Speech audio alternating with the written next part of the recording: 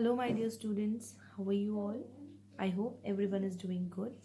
So, let's start our today's class. Class 3 today in your social studies class will continue with chapter number 7, that is Rich Heritage of India, part 1. So in the previous video I told you about the heritage, types of heritage, that there are two types of heritage. One is natural and the other is cultural heritage. Natural means the which we get from nature, and cultural means monuments, literature, painting, etc., etc.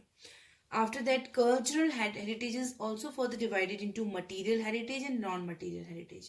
Material heritage means physical objects, and non-material heritage, the ideas, values, etc. After that, I told you about the famous art forms of India like paintings, music, dances, etc. Now today we'll continue from buildings and monuments of India. Now what is a monument? Monument means a historical building. Okay, so India has monuments and some of them are considered great pieces of architecture. Means the art of designing or constructing building. Okay, so first one is Ajanta Caves. Now, the Ajanta Caves are located in the state of Maharashtra. Okay, in Maharashtra we can see Ajanta Caves, and this cave consists of paintings. In these caves, paintings are there and sculptures are there. Sculptures means related to the life of Buddha. Means the artwork that we get by carving stones, wood, or any other things, materials. Okay, so we can see the paintings and sculptures, and those paintings and sculptures are related to the life of Buddha. Means we can get lots of things about information about the life of Buddha through these paintings and sculptures. Now after that, second one is Sachi Stoop. Now Sachi Stoop, it was built by the Emperor Ashoka. Now where is it? It is at Sachi. And where is Sachi? In Madhya Pradesh. So by the name it is called Sachi Stoop because it is in Sachi. That is why this stoop is called Sachi Stoop, and it is in Madhya Pradesh. And this is a perfect example of Buddhist art in India. In India, this is the perfect example of this is the Buddhist art of India. So it is also one of the oldest stone monuments in India, because as it is the oldest stone monument in India, so it is one of the oldest example of that. Okay. Then comes the third one, that is Taj Mahal. As you all know, this Taj Mahal, where is Taj Mahal? It is in Agra, and it is one of the India's most famous monuments. Everybody knows this Taj Mahal, and we all know that it was built by the Mughal king Shah Jahan. Why? In the memory of his beloved wife called Begum Mumtaz. Okay, and it is located on the bank of the river Yamuna at Agra. At Agra, there is a river known as Yamuna. On the bank of that river, this Taj Mahal is located. Now, this is Ajanta Caves. Okay, and this is Sachi Stoop, and this one you all know that this is Taj Mahal. There is literature of India. Literature means the written works. Whatever the written works were done in India, this is called literature. Okay. Now there are many Indian literary works that are famous all over the world, like the four Vedas, the Ramayana, and the Mahabharata. These are the famous, some examples of famous Indian literature. These are famous all over the world. Everywhere it is famous. Okay. Now, the letter 2 means the Mahabharata and Ramayana. These Mahabharata and Ramayana, these are referred to as epics also. Okay, Ramayana and Mahabharata are known as epics also. Epics means, means a very long poem which describe the events of a person, people, or a country. Okay, so these are called epics also. Now, after that, the examples of ancient tales from India. The examples of ancient tales from India are Jatka tales and Panchatantra. Now, what are Jatka tales and Panchatantra? Now, First of all, Jatka tales. These are a collection of stories. Okay, a collection of stories are there that describe the different lives of Lord Buddha. Okay, the different lives of in the this Jatka tales we can see the different lives of Lord Buddha. It describes about Lord Buddha. And Panchatantra. Panchatantra is a collection of stories. So many stories are there in Panchatantra that feature animal characters. Means animal characters are there in this book, and different stories are inside this book. Collection of stories are there. And one similarity about them, both of them, is that about Jatka tales and Panchatantra, that both of them, they, each of these stories, Jatka tales and Panchatantra, each of these story has a moral. Means we learn lesson about after reading these tales and stories. Okay.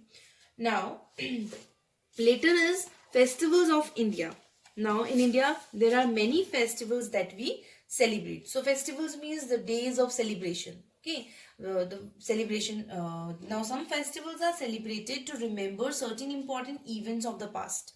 Okay, whatever the events were there in the past, to remember about them, to regain about them, we celebrate. And other festivals are they are associated with certain religious practices and traditions. Now we will learn about them. First of all is national festivals. National festivals, we all know that these are celebrated to pay our respect. To pay respect, to respect the sacrifices that many leaders had. Many leaders, they sacrifices their lives for the freedom of our country. And to respect their sacrifices, we celebrate these festivals. Like, what are the national festivals of India? Independence Day, when India got freedom on 15th August 1947. Republic Day, this Republic Day we celebrate on 26th January. And the last one is Gandhi Jayanti on 2nd October. These are the national festivals. Now, our national flag is hoisted on Independence Day. We all know that on Independence Day, Republic Day, on both these days, national flag is hoisted and as a mark of respect to our motherland. Okay, we respect to our motherland by hosting flag.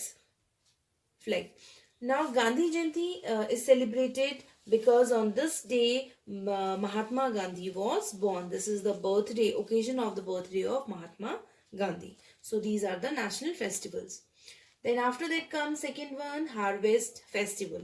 Harvest Festival are celebrated during particular seasons, because on this day crops, when the in this festival crops are harvested. Okay, when the crops are they are harvested on this day, and they celebrate this festival. Okay, now these festivals are celebrated in every states by different names in most of the states. Like some examples of major harvest festivals are Pongal in Tamil Nadu. In Tamil Nadu, this harvest festival is known as Pongal. In Kerala, it is known as Onam. In North India, it is known as Holi. In Assam, it is known as Bihu. And in Nagaland, it is known as Hornbill Festival. So these are the harvest festival. Now they are celebrated by people of all religions, and this festival promote unity. Means all people, they they together celebrate this festival. Okay, some after that, next comes religious festival. Now religious festivals, these are celebrated with their family and loved ones. Okay, all the family members, all the family relatives and the loved ones, they all celebrate this festival.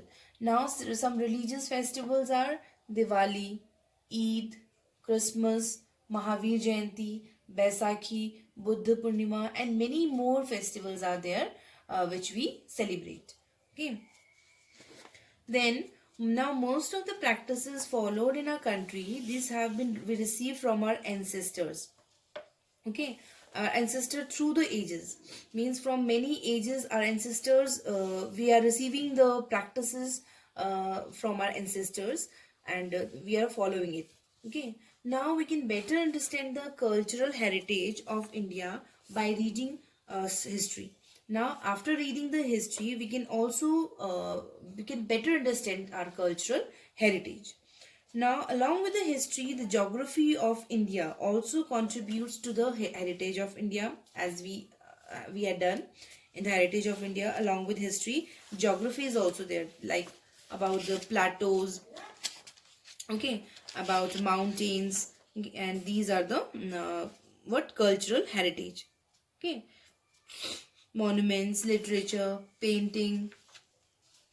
Now, after that, the position of India on the world map, and the India's position, this strengthened her physical feature that contribute to her natural heritage. Means the position in the world, on the world map, position of India strengthens her physical features. Its physical feature is getting stronger, okay, because it contributes to her natural heritage.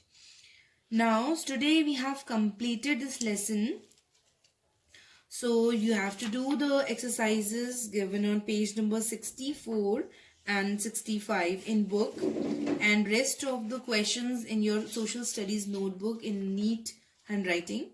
And if you have any doubt regarding these topics we discussed today, you can mail me and ask your queries. This much for today. Thank you.